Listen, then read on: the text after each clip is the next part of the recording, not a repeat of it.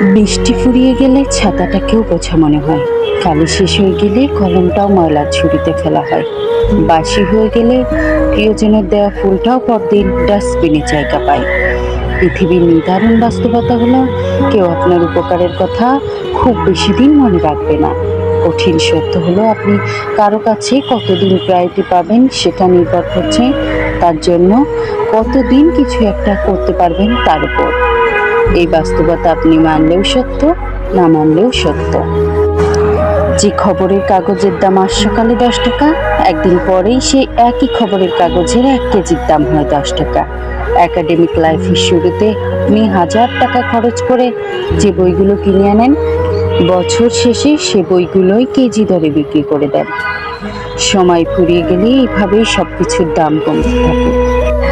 আমরা আপাদমস্তক স্বার্থপর প্রাণী।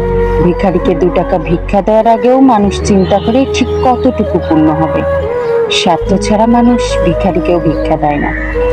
এত কিছুর পরও চলুন না একটু হেসে কথা বলি, রাগটাকে দমন করি, অহংকারটাকে কবর দিই। ভালো থাকতে চাইলে প্রত্যাশা কমিয়ে ফেলুন। আপনি যদি কারোর জন্য কিছু একটা করে থাকেন, সেটা চিরতরে ভুলে যান, না হলে এই জিনিসটা আপনাকে অহংকারী করে তুলবে। আবার কেউ যদি আপনার জন্য ছোট্ট কিছু করে থাকে, তবে তার সারা জীবন মনে রাখুন। এই জিনিসটি আপনাকে বিনয়ী ও কৃতজ্ঞবোধ সম্পন্ন মানুষ হিসেবে বাঁচিয়ে রাখবে সারা জীবন।